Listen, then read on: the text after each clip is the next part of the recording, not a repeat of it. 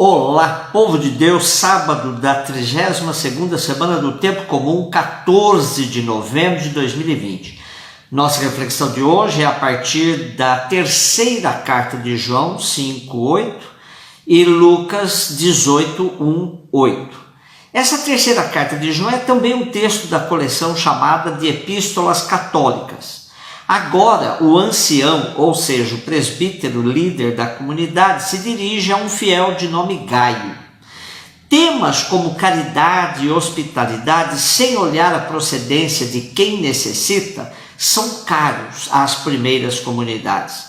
Seguramente, o autor da terceira carta de João ficaria muito feliz ao escutar o Papa Francisco fazendo eco de suas recomendações às comunidades da Ásia Menor.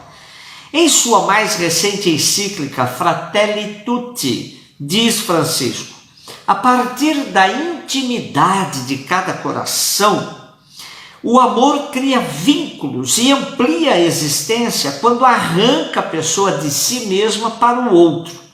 Feitos para o amor, existe em cada um de nós uma espécie de lei de êxtase, sair de si mesmo para encontrar nos outros um acrescentamento de ser. Por isso, o homem deve conseguir um dia partir de si mesmo, deixar de procurar apoio em si mesmo, deixar-se levar. Mas não posso reduzir a minha vida à relação com um pequeno grupo, nem mesmo a minha própria família, porque é impossível compreender-me a mim mesmo sem uma teia mais ampla de relações. E não só as do momento atual, mas também as relações dos anos anteriores que me foram configurando ao longo de minha vida. A minha relação com uma pessoa que estimo não pode ignorar que esta pessoa não vive só para a sua relação comigo. Nem eu vivo apenas relacionando-me com ela. A nossa relação, se é sadia e autêntica, abre-nos aos outros que nos fazem crescer e enriquecem. O mais nobre sentido social hoje facilmente fica anulado sob intimismos egoístas com aparência de relações intensas.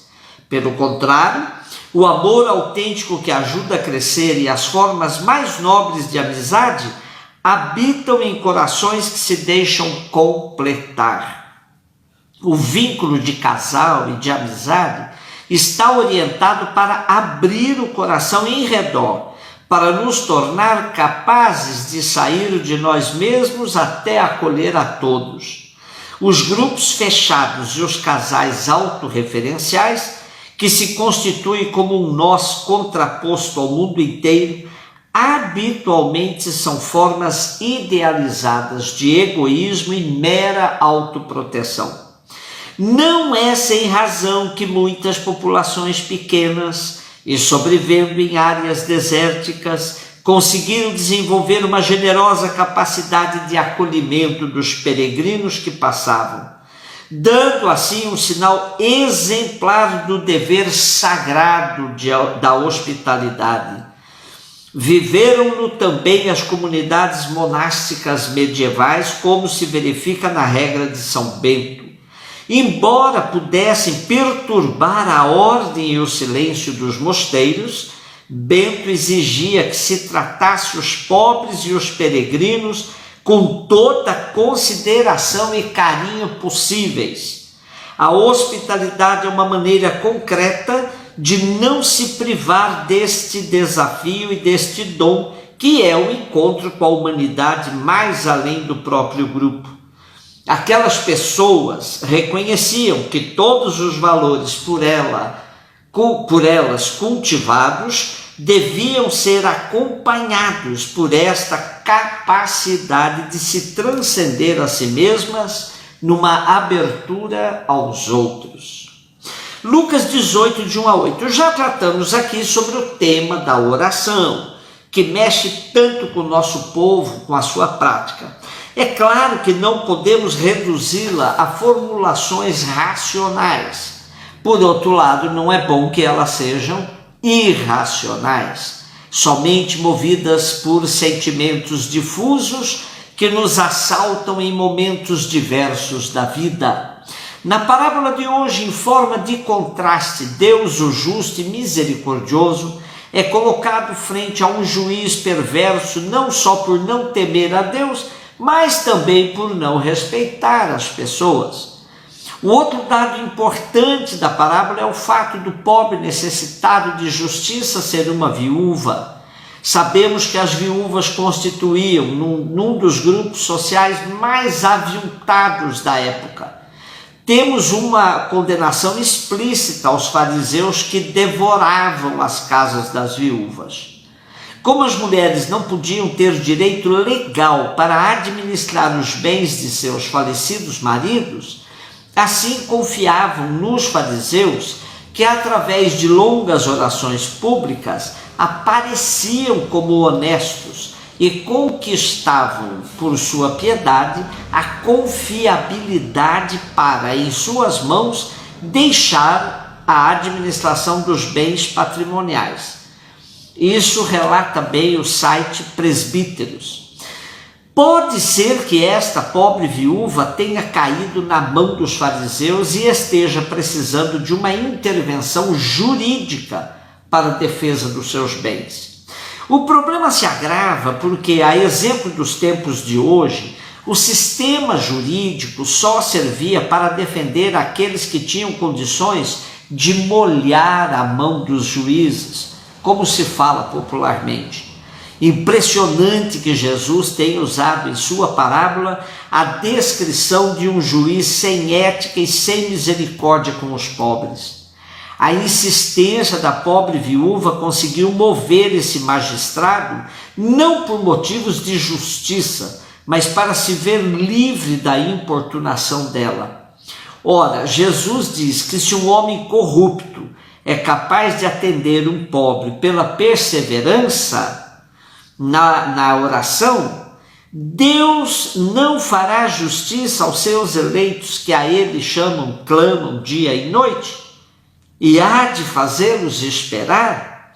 Eu vos digo que lhes vai fazer justiça prontamente. Bom, é evidente que a parábola tem como objetivo incitar os discípulos a se manterem conectados com Deus a tempo pleno e nunca desanimar. Porém, ninguém deve pensar que bastou pedir e a coisa acontece. Conheço inúmeras pessoas que sofrem por não verem seus pedidos realizados. O pior é quando aparece uma pessoa piedosa e tenta explicar a não realização do pedido com a frase de efeito: você não soube pedir, ou ainda não era o momento de Deus atender sua reivindicação. Inúmeras práticas de oração passam a impressão de que quem as faz tem a intenção de mudar o comportamento ou sentimento de Deus. Precisamos aprender a orar para mudarmos a nós mesmos. Quem precisa de conversão somos nós e não Deus. Orar costuma fazer bem, diz o ditado, mas quando se reza é para entrarmos em sintonia com Deus, discernindo sua vontade a nosso respeito e sempre na gratuidade da relação. Por fim, temos uma interrogação extremamente importante para entendermos o contexto da comunidade. Diz Jesus: quando o Filho do Homem voltar, encontrará ainda fé sobre a terra? Realmente, a monotonia enervante de ser cristão no dia a dia, fora dos períodos eufóricos da fé, e sobretudo sabendo que Jesus não voltaria tão de imediato, levava muitos cristãos a caírem no comodismo e até deixarem a convivência comunitária.